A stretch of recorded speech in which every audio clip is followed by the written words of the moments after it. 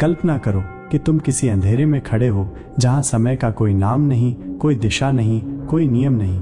न भूतकाल बीत चुका है, न वर्तमान रुका है और न ही भविष्य आने वाला है। सब कुछ एक ही पल में तुम्हारे सामने जीवित। यही है त्रिकाल। यही है वो दृष्टि जो योगियों की आंखों में जलती थी, जिसे शंकर ने शिवत्व कहा, जिसे नाथों ने सिद्धि कहा, जिसे तंत्र ने साधना कहा और जिसे आज तुम अनुभव करने वाले हो। पर याद रखना, ये साधना नहीं, आत्मा का विसर्जन है। यहाँ तुम्हारा मैं खत्म होगा और जो बचेगा वही देखेगा तीनों कालों की एक साथ झलक। त्रिकाल दर्शन।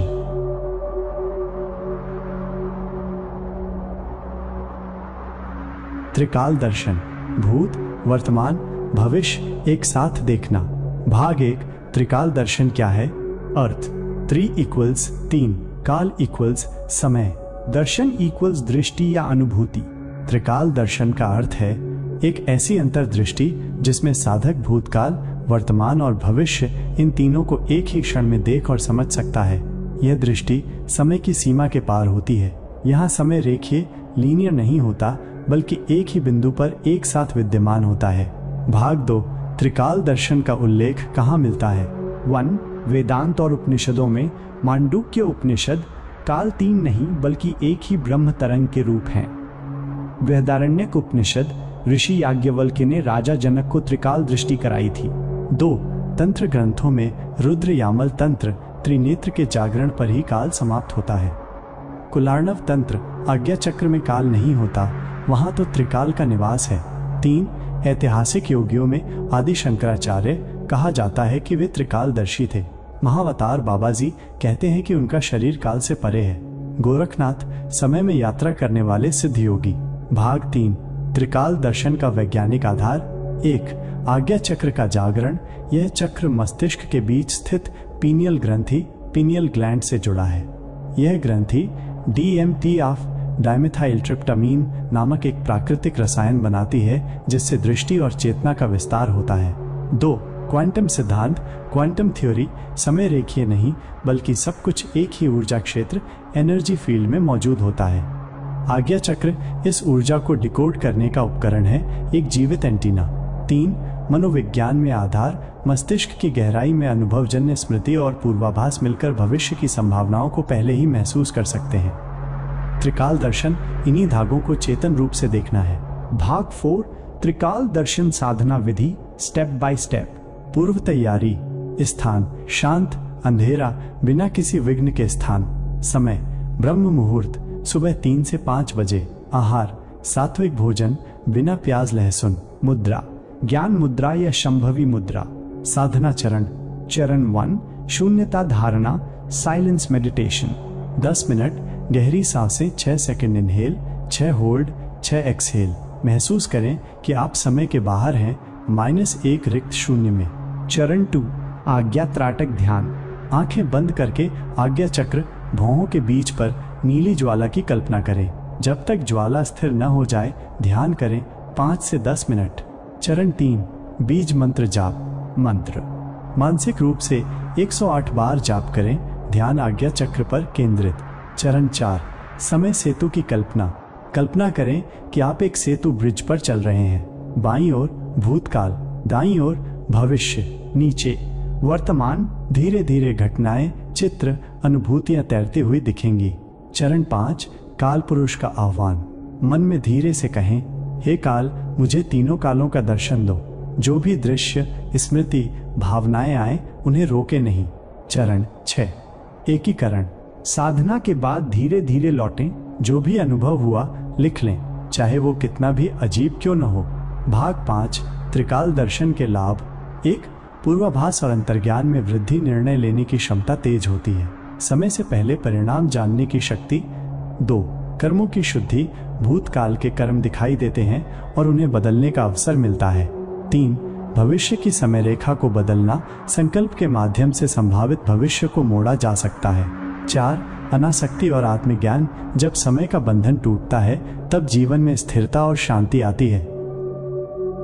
जब आंखों से कुछ न दिखे तब मन की दृष्टि खुलती है और वहां होता है समय का अंतिम रहस्य, त्रिकाल दर्शन। यह कल्पना नहीं, यह आत्मा का सत्य है। जो समय के परे स्थित है। जिसे तुम समय समझते हो वो केवल एक लहर है, तुम उस लहर के पार जा सकते हो। तीसरी आंख, थर्ड आई क्या है? तीसरी आंख, जिसे योग में आज्ञा चक्र कहा जाता है, वो ऊर्जा केंद्र है जो भौहों के बीच स्थित होता है। ये हमारी आत्मिक दृष्टि, पूर्वाभास, इंट्यूशन और अलौकिक अनुभवों का केंद्र है। भौतिक रूप में ये पीनियल ग्रंथि पीनियल ग्लैंड से जुड़ा है, जो मस्तिष्क के बीचों बीच स्थित एक छोटा सा क्रिस्टल जैसा अंग है। तीसरी आंख खोलने पर इंसान क्या क्या कर सकता है? 1. त्रिकाल दर्शन, पास्ट प्रेजेंट फ्यूचर एक साथ देखना। तीसरी आंख जागृत होते ही इंसान समय की सीमा से परे देखने लगता है। 2. टेलीपैथी और मानसिक संचार, बिना शब्दों के सिर्फ विचारों से संवाद करना संभव हो जाता है। 3. सूक्ष्म यात्रा, एस्ट्रल प्रोजेक्शन, अपना चेतना शरीर भौतिक शरीर से बाहर निकालकर सूक्ष्म लोकों में यात्रा करना। 4. दूसरों के मन को पढ़ना, माइंड रीडिंग, व्यक्ति के चेहरे से शब्दों से पहले उसके विचार और ऊर्जा को पढ़ लेना। 5. सपनों का नियंत्रण, लूसिड ड्रीम्स, नींद में भी चेतन अवस्था बनी रहती है, इंसान अपने सपनों को मोड़ सकता है। 6. दिव्य दृष्टि, क्लेयरवॉयंस, दूरी, समय या भौतिक बाधाओं से परे जाकर देख पाना, जैसे कोई भविष्यवाणी। 7. ऊर्जा और आत्मा को देख पाना, मनुष्य की ऑरा, उसके पूर्व जन्मों की ऊर्जा, उसकी सच्ची प्रकृति साफ दिखने लगती है। तीसरी आंख जागरण के लाभ, गुड इफेक्ट्स। 1. आत्मिक शांति और स्थिरता, बाहरी दुनिया के प्रभाव कम होने लगते हैं, एक आंतरिक आनंद और मौन का अनुभव होता है। 2. निर्णय लेने की शक्ति, जो सही है और जो नहीं इसका आभास बड़ी स्पष्टता से होता है। 3.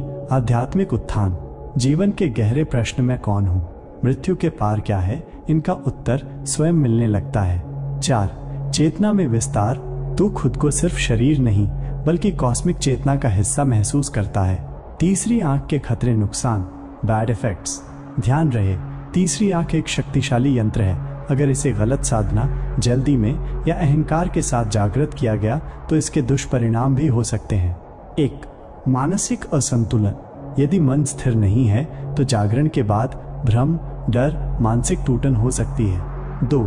नींद की समस्या, तीसरी आंख सक्रिय होने पर चेतना अधिक जागृत रहती है, जिससे गहरी नींद नहीं आती। 3. दूसरों की ऊर्जा अत्यधिक महसूस होना, भीड़ या नकारात्मक जगहों पर जाने से सिर भारी होना, बेचैनी होना। 4. ईगो ट्रैप, मैं ज्ञानी हूं का भ्रम, कुछ लोग तीसरी आंख की शक्ति का दुरुपयोग करते हैं दूसरों को नियंत्रित करने के लिए। 5. भूत प्रेत या सूक्ष्म जगत का डर, जब सूक्ष्म दुनिया दिखने लगे तो कई लोग डर जाते हैं क्योंकि वे मानसिक रूप से तैयार नहीं होते। अंतिम रहस्य, तीसरी आंख कोई चमत्कार नहीं, ये तुम्हारे भीतर पहले से ही है, बस उसे खोलने के लिए चाहिए धैर्य, ध्यान, विनम्रता और सच्ची खोज। अब जब आंखें खुली हैं तो क्या तू वही है जो पहले था, या अब तू वो है जो समय के पार देख चुका है? भूतकाल अब स्मृति नहीं, तेरा अनुभव है। वर्तमान अब क्षणिक नहीं, तेरा केंद्र है।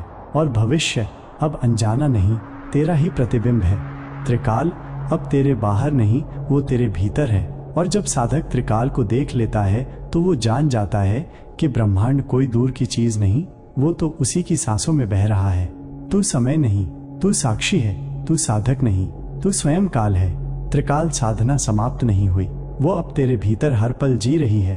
अब तू समय को नहीं देखेगा, समय तुझे देखेगा।